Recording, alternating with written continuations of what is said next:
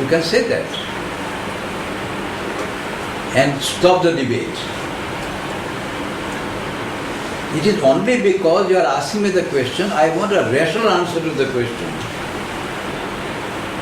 Then I have a right to tell you that if you are looking for reason, then you must ask the question, why is there this contradiction? Therefore now debate starts.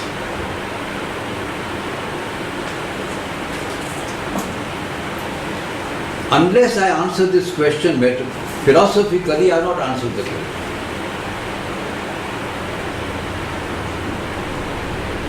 So I have called this argument essentially metaphysical argument. The statement that if you look for the deliberate reason, the word deliberate reason is the metaphysical reason, philosophical reason. So Aurobindo said we have to ask why this contradiction exists at all. Now Aurobindo answers.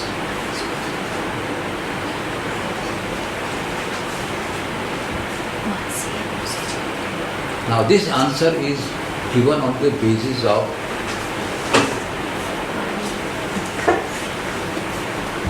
certain facts.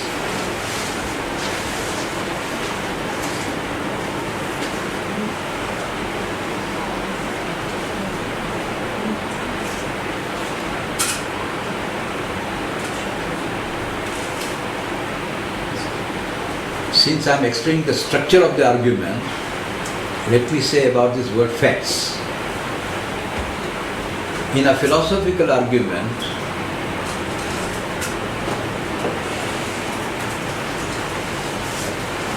there must be, to start with, data, facts.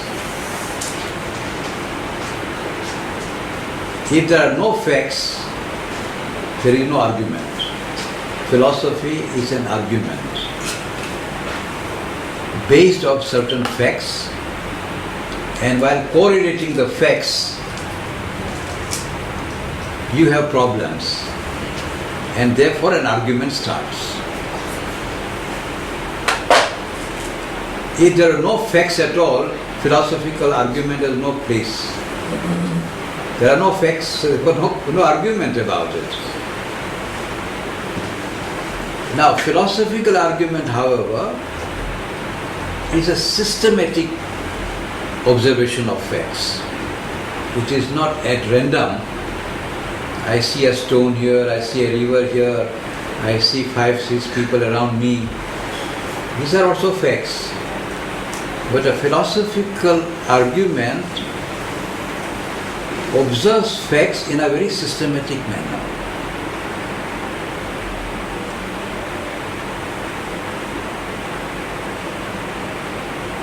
Sometimes I give the example of one of the stories of Sherlock Holmes. Sherlock Holmes says that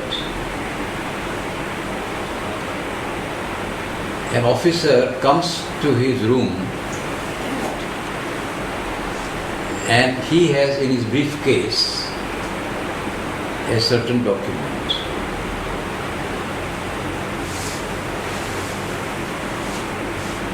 He is one of the earliest persons to come in the office, and his coming is noted by the peon, such and such time he has come, and he was the earliest to come in the office. He opens his briefcase and he reads the document. He reads half, and then he has a call of nature, he goes to the bathroom in the same room. He doesn't leave the room. He comes back and finds the document no more exists on the table. Now this is a fact. Now this fact is of such a nature that automatically the question arises, how, why,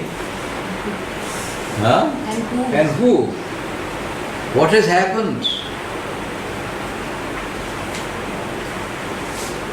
Now this kind of questioning is a natural questioning in which facts are presented in a systematic manner.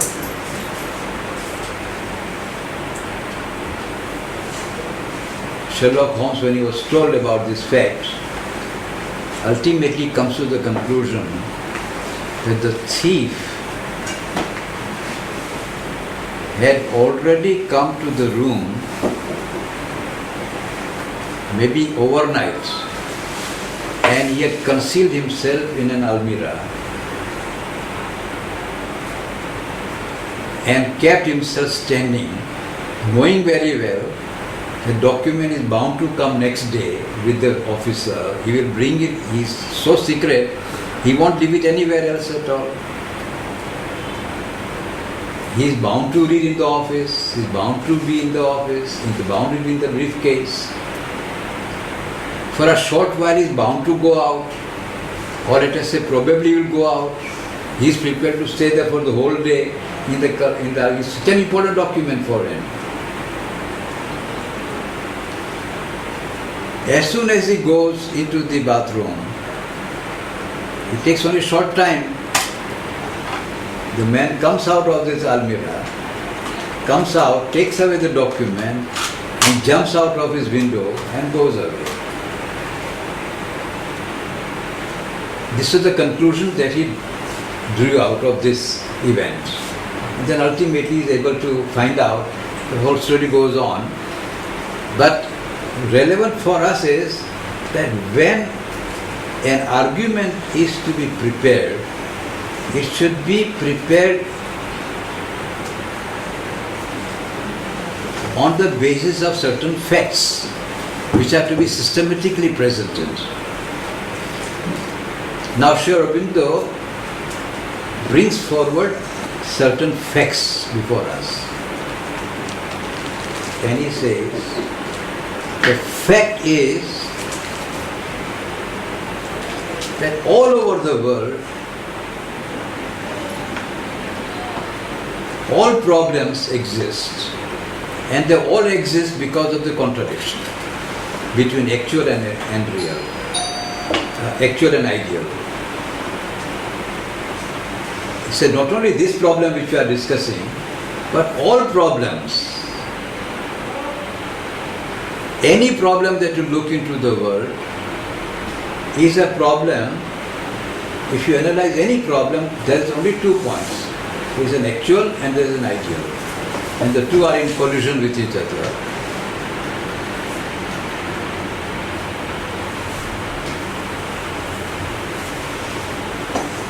So, now these facts Sri Aurobindo brings forward. Now these facts that Sri Aurobindo brings forward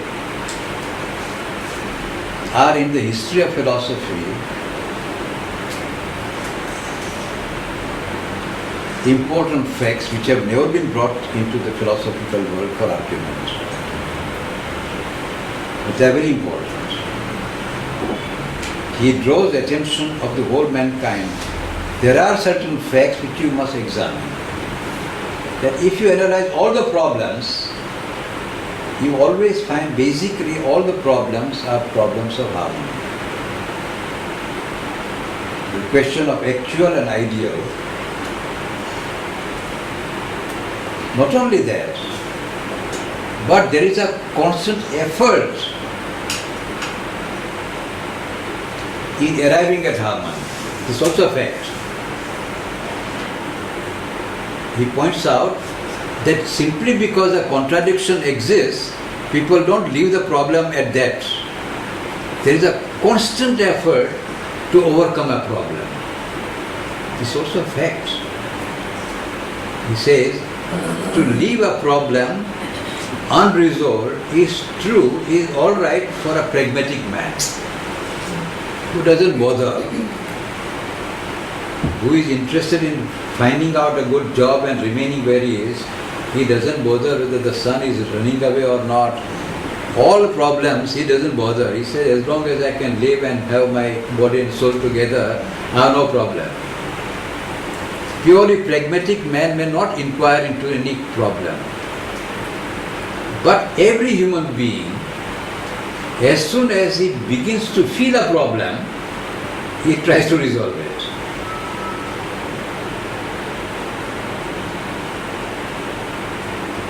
Now Sri Aurobindo gives forward two important facts of a very large data where there is an acute conflict. There is a conflict between matter and life.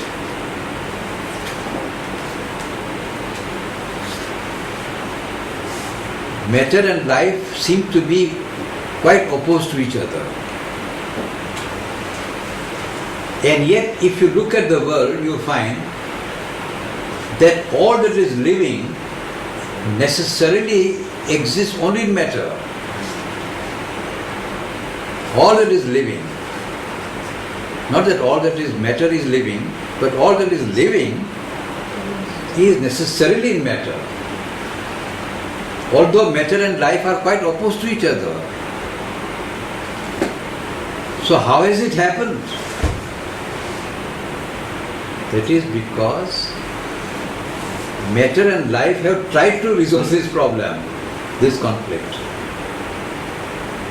Not human being, but nature itself has tried to resolve this problem and succeeded in injecting life into matter.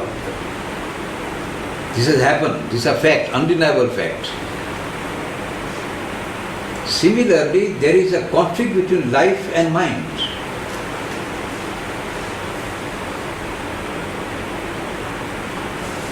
Life is a wild dashing into the world, not tolerant of any kind of pause, waiting, thinking, considering, weighing, finally deciding, then jumping into action. There is a conflict between the movement of life and the movement of mind. And yet it has so happened that all mind, if it has to live on this earth, has got to be in the living form. Where there is no life, mind cannot subsist in this world. Life can subsist without the mind, but mind cannot subsist in this world. So there has been injection of the mind successfully in the life. This has happened.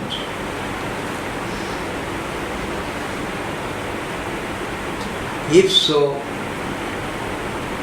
what is impossible about God being manifest in mind?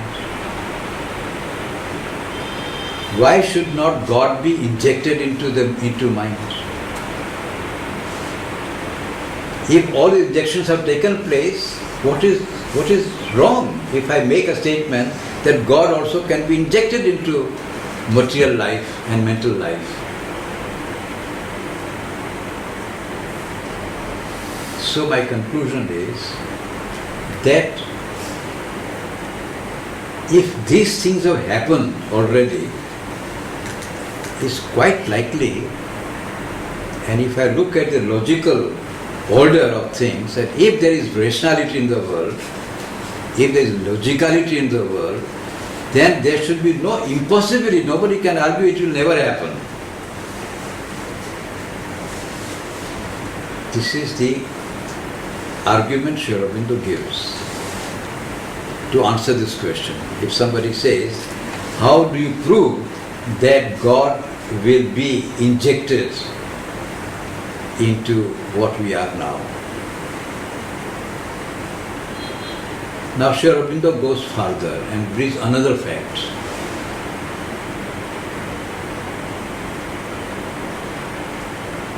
That fact is of course a kind of an explanation given of the present day of the very problem that we have just now seen, life being injected into matter and mind being injected into life.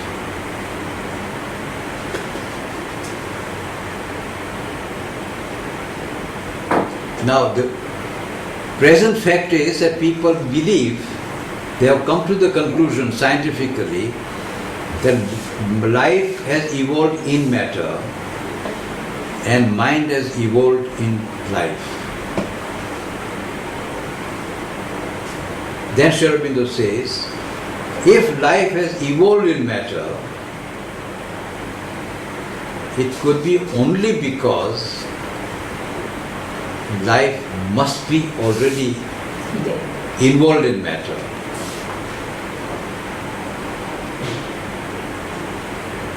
Now, why this argument?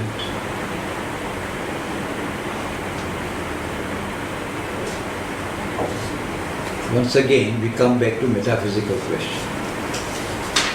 Anything that happens, you can answer it has happened. And this answer is alright for anybody who is not rational. A rational seeker asks the question why? Why it should happen? If a child is told now it is raining, child says, why is it raining? Say, look at the cloud. When there is a cloud, rain comes. Then the child becomes quiet because he has an answer why it has happened. This is the law of reason. Mercy. If you say that, well, I don't want to be rational at all, then it's another matter. Then you have no philosophy. But if you are a philosopher and if you are asking this question, you must ask, why is it that life evolves in matter? And Sri Aurobindo says that no solution of this problem can come about unless you go back to the first principle of explanation. Effect must be present in the cause. This is the fundamental principle of rational thought. Karya-karan, Karya-karan, that is Sat-karyavada. Sat-karyavada, Sankhya. Sankhya. The effect must be in the cause. So Sri Aurobindo says that life evolving out of matter rationally cannot be explained except on the ground which Vedanta has laid down, that effect must be present in the cause. Now if so, life has evolved in matter, therefore life must be in matter. Mind has evolved out of life, therefore mind must be in life. And how can you say that mind has nothing else than mind?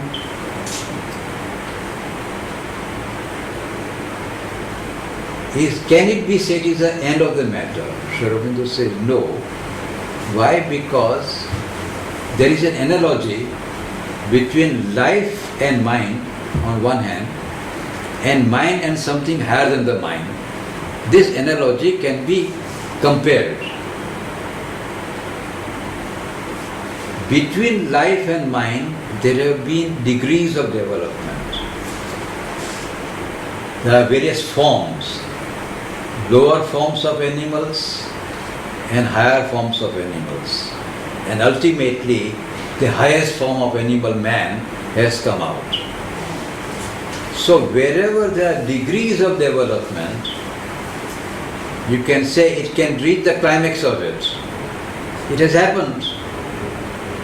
Now similarly, are there degrees of consciousness in human beings? Are there lower human beings in thought power, middle power of thought, higher powers of thought, highest powers of thought, and even going beyond thought? Has it happened? Answer is yes. If so, the highest powers of thought must be present in mind. Therefore, if this has happened inevitably, whatever is in the cause is come out in the effect, this is bound to effect also.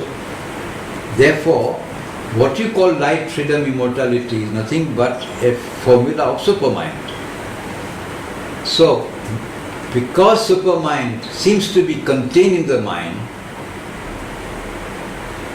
and sometimes it has manifested from time to time in some human beings. There is nothing impossible if it fully manifests.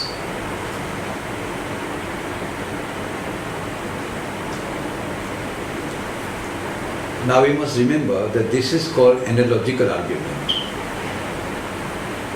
An analogical argument is never conclusive, but highly probable,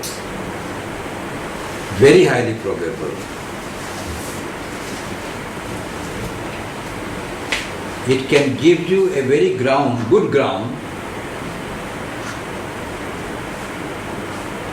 for affirmation of a very high degree of probability, and unless the contrary is shown, that probability can also result into inevitability, unless the contrary is shown. This is the analogical argument as its advantage. If you can show an analogy between 2-3 levels, and therefore you can say it will happen also here, conclusion is probable. But if you cannot disprove, then the conclusion that you have arrived at is much more probable, almost inevitable. At least you can't say it cannot happen. You remember the argument was, because actual and ideal are in contradiction of each other, ideal can never happen. That was the argument. Therefore, that argument doesn't stand now. This is the conclusion of the first chapter, which only says that God, light, freedom, immortality, from the point of human thought, is inescapable. From the point of view of the method of nature in which actual and ideal are always in conflict, it shows that the ideal is always possible to manifest. And if evolution is a fact, which is also a fact, and if there is nothing against it, this is most likely to happen. This is the conclusion of the first chapter.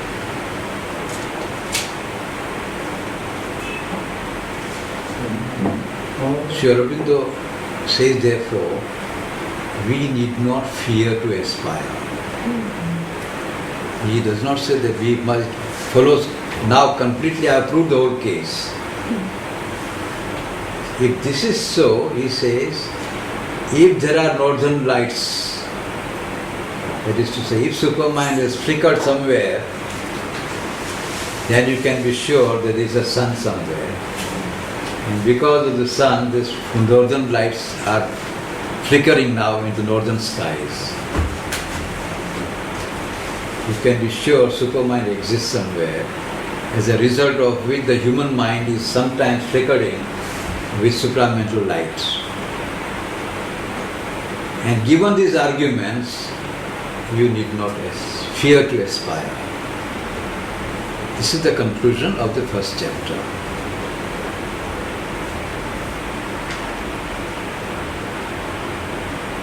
Aurobindo says, while going out of this chapter, he puts two important statements. If you see this paragraph, last but one,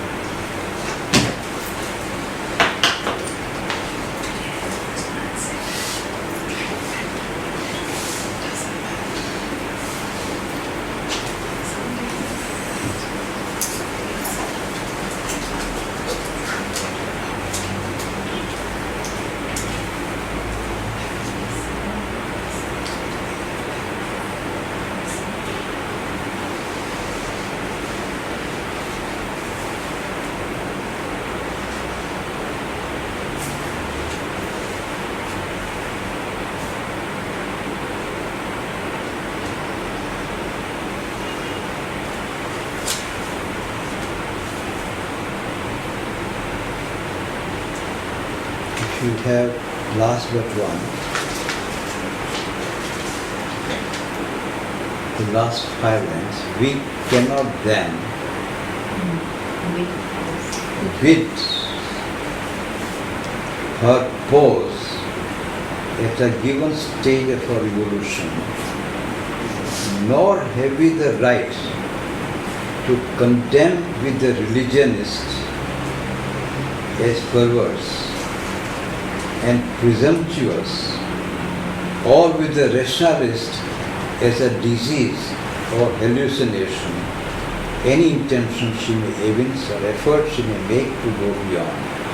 Now these two words are very important.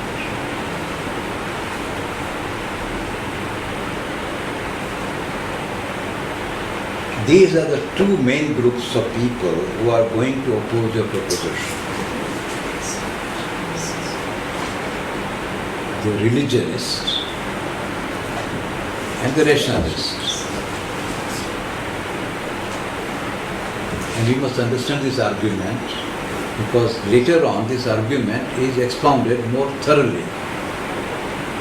So since we are going beyond the first chapter, it is better to understand this argument in a larger canvas so that if you come across this argument later on, we are not surprised.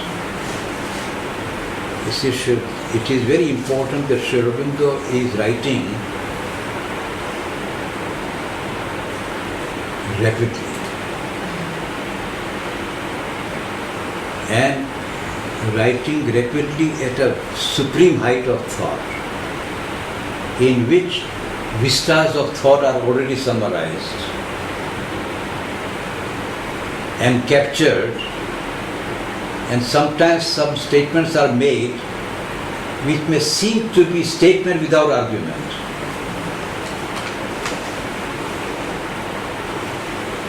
Now, there are many statements which are really not arguments. Why? Because they are statements of data. Wherever there are statements of data, there are no arguments because they are data.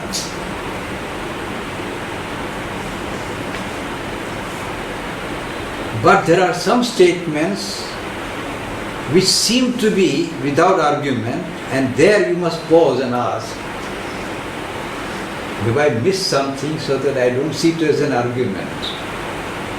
And this is a very difficult task. Very often you will find Aurobindo making a statement. But if you are not kept track of the ground that he has covered already, you will only see the statement. And you will say, but this is not an argument.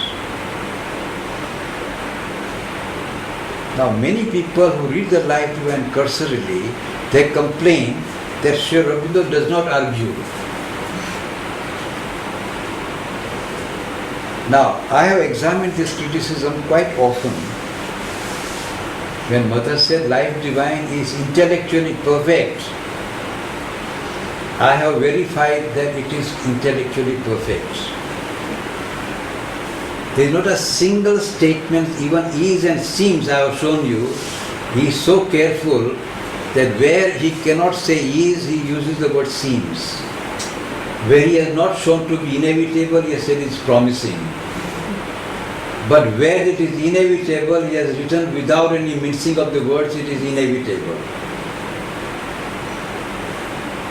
Where, for example, Aurobindo says, if you take a deliberate view of things, there is no excuse about it. He doesn't ask for any pardon for this argument. If you are a metaphysician, you must raise this question. If you don't, you are not a metaphysician. This is the method of metaphysics. Therefore, if he raises this question, you have to understand why he raises this question. Now, similarly, therefore, when you read the Life Divine, you will sometimes come across statements which you will say simply they are not data and yet statements. But kindly pause and try to see before and after and see whether what he says is argumentatively already established. And at least I have found that always when it seems to be a mere statement in life divine,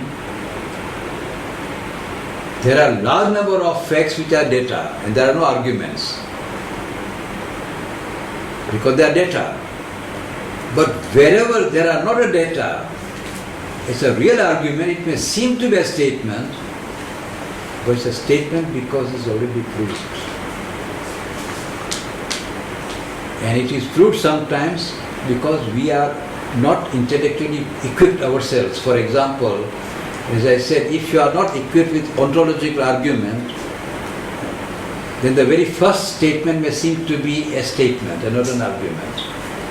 When you say that this aspiration is also the highest that thought can envisage, it's only a statement. It's only one who knows that there is an ontological argument that he will find it is an argument. It's not a statement. It's not a datum. It's an argument. Therefore, to understand life divine, we must be ourselves intellectually very well equipped. And all canons of intellectuality are thoroughly satisfied in this great work. Now this statement I am bringing it to your notice, these two statements, because I want to draw your attention, because later on he will refer to these arguments. But we must see that he already dealt with these arguments. And later on, if he makes a statement and if you have forgotten it, it is your fault, not the writer's fault. So I am now bringing to your notice these two arguments, that there are only two basic arguments. Even after all this is said, two arguments still remain to be dealt with. The argument of the religionist and the argument of the rationalist. And he already summarizes in one or two lines, phrases, what is the essence of the argument of the religionist and what is the essence of the argument of the rationalist.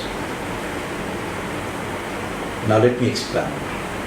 If you tell a religionist that on this earth a supermind, a superman will walk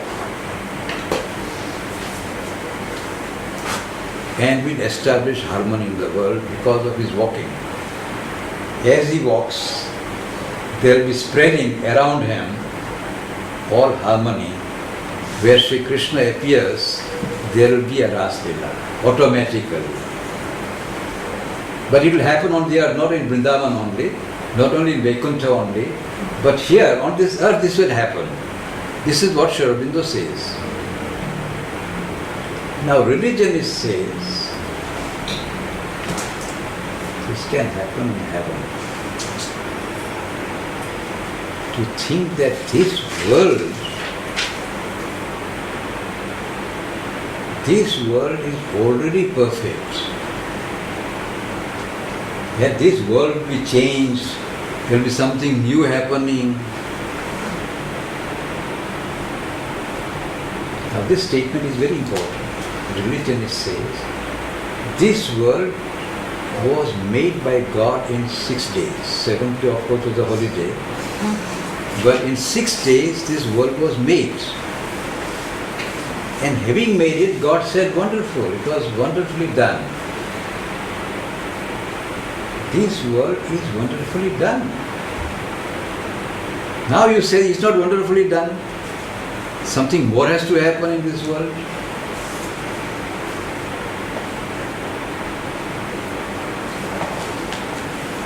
What will be his remark against you?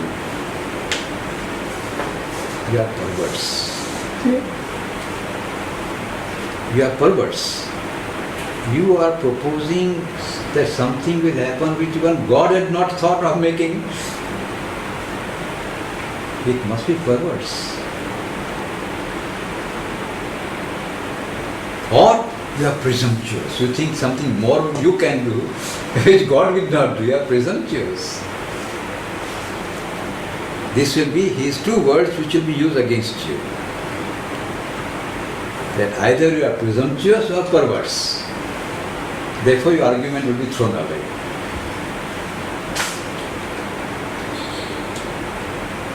Rationalist says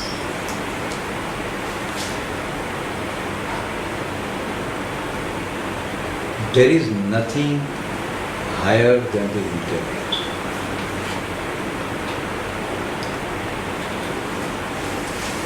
Yesterday we were reading a statement of Bertrand Russell. Russell says, we refuse to believe that there is anything higher than the intellect. Refuse to believe. I mean, it's a very statement. This is the rationalist standpoint. There is nothing higher than the intellect, and nothing can be higher than the intellect. He says, we do not accept that God-heaven intuitions can come in human mind and can work. And intellectually, therefore, if you examine the world is nothing but matter. You are talking of supermind coming on the earth and walking here on the earth. It's all ephemeral, supraphysical. If you say, I'm very respectful to you, but I can be sure it is a hallucination. All supraphysical things, if at all you think about them, they are hallucinations. So Aurobindo says that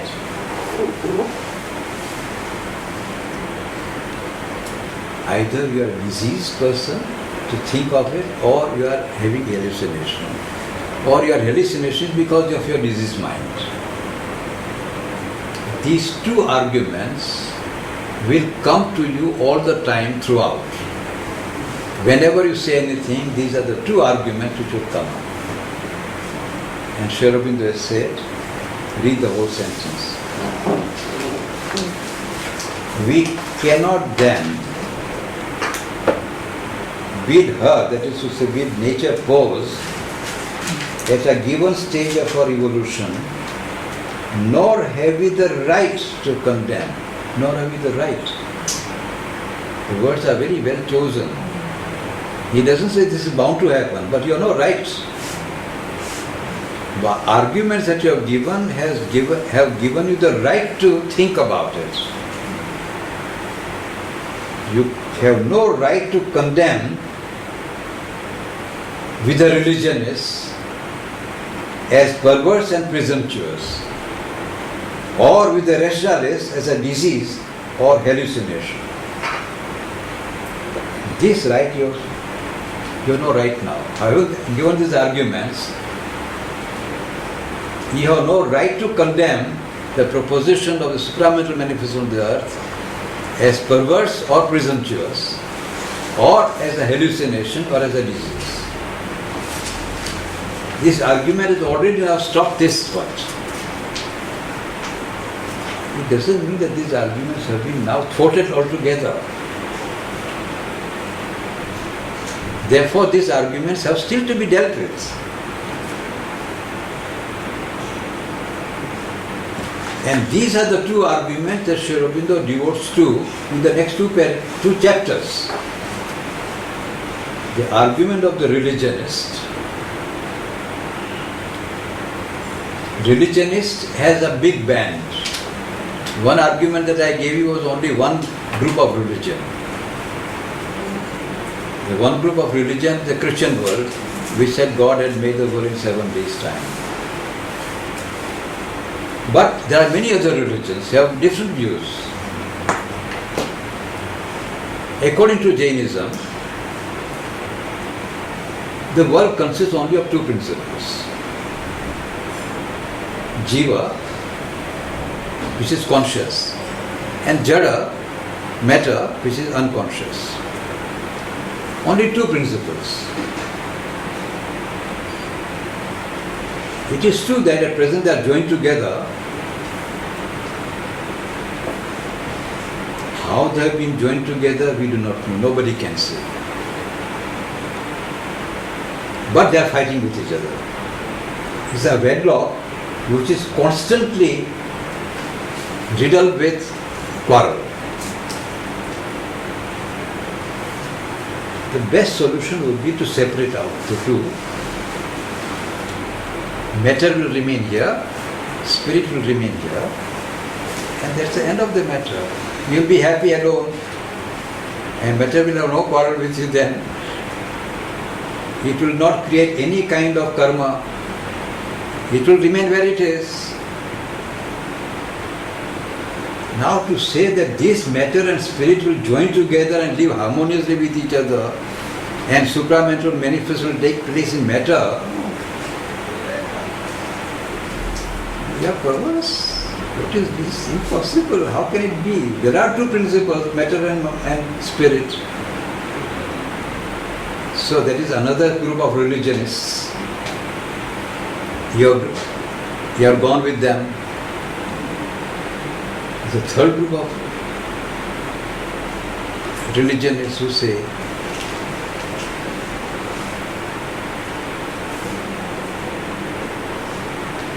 similar to Jainism, there are only two principles, Purusha and Prakriti. There are only two principles, nothing else, only Purusha and Prakriti. And Purusha is in this body. There is constant quarrel going on there. How they have come together, we know the machinery. Purusha looked at Prakriti. It fell into trap. Now it is bound in it. And the only thing that has to be done is to come out of it. And I know how to come out of it. I give you the medicine. You do it, you will come out of it. Wedlock has taken place, it is quarrelsome. I can tell you how to get a divorce. And you will be permanently afterwards, you will never get into the trap because you experience this trouble. Once you have gone through it and once you are divorced, you will never come together afterwards. Forever and ever and ever. Therefore, to say that we will manifest in this matter is out of the question.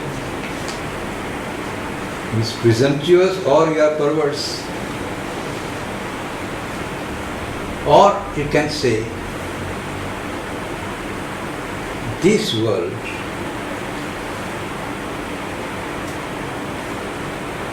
is a sport of God. Is it? Sport of God.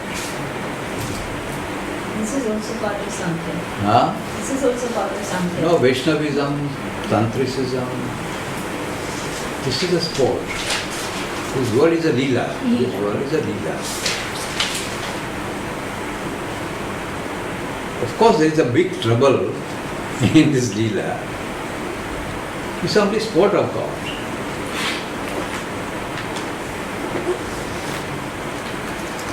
Take everything as a sport. If you feel trouble, I have medicine for you.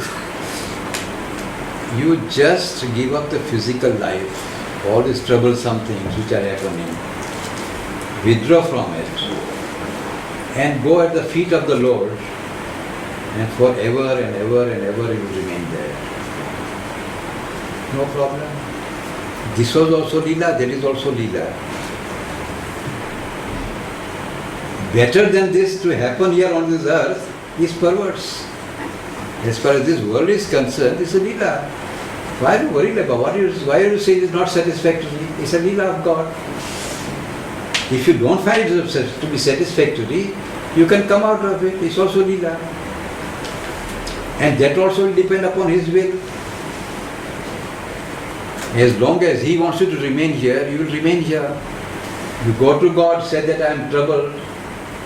He may keep you here 200 births in the same body, same kind of body, or repeated births. After 200 years or 200 births, you will come out of it. To say that in this world, a better Leela can happen,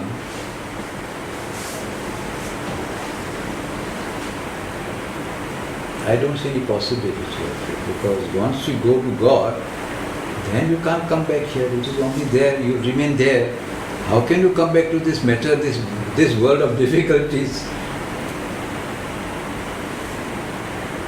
So, if you say that the manifestation of harmony and Raslila here on the earth can happen, they don't say absolutely not. But you don't need to. Once you go to Vaikuntha, why should you come here and have Ras? It's not impossible. God can create Lila here also. But why? There is no inevitability about it. But you say it is inevitable.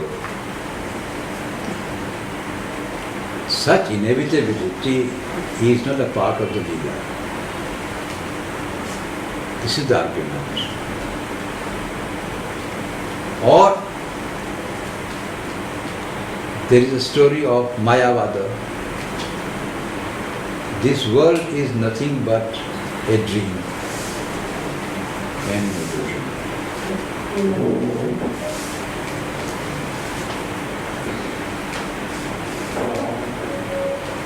To believe that this illusion, when it is switched off, which you can switch off, once you switch off, there will be no illusion at all. This is once illusion has come about. How and why, you don't ask me the question. It is there. But once you come out of it, how can there be such illusion at all? Once you are actually awakened, then you can't fall back into this illusion. And there is no movement. The silent self remains alone. There is nothing else in the world. Therefore, again to say that this world will be manifesting supermind is perverse or presumptuous. So these are part. I want to ask, like in Mayavada, the pain is illusion, and in Vaishnavism, the pain is also a part of the Leela. Leela. Because then to expect a freedom from pain is not God's will in a way. In a sense, yes.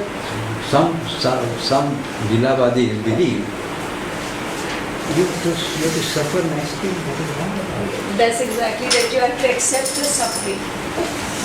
It is his will. Narsi Mehta was put into prison by Nawab of Junagadh because he was making miracles according to many people's reports.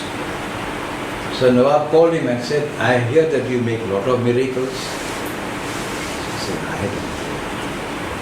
If God is making some miracles, he must be, but I don't. How can I do miracles? It's not in my hands. No, people said that you are making miracles. Make a miracle before me, he said. He said, I can never make miracles. I have never made any miracle. So that means that you are deceiving people. And even that is greater offense now. That you are deceiving people. People believe that you are making miracles. You are misleading them. So you should remain in the jail. So he was put into the jail. Then his daughter came to meet the saint and said, I cannot see you living like this in a jail. And I know that you can always do miracles. It's a fact. I have seen so many things in your life. She said, but how can I have never done any miracle? She said, for my sake, just pray to Sri Krishna to do some miracle. So he said, all right, if you want that I should pray to Sri Krishna, I will pray to him to make some miracle. I don't know what miracle. So for the sake of his daughter, it was also Leela, he prayed to Sri Krishna and said, my daughter wants a miracle to happen, so kindly do it. And according to the legend or true story, a garland which was in the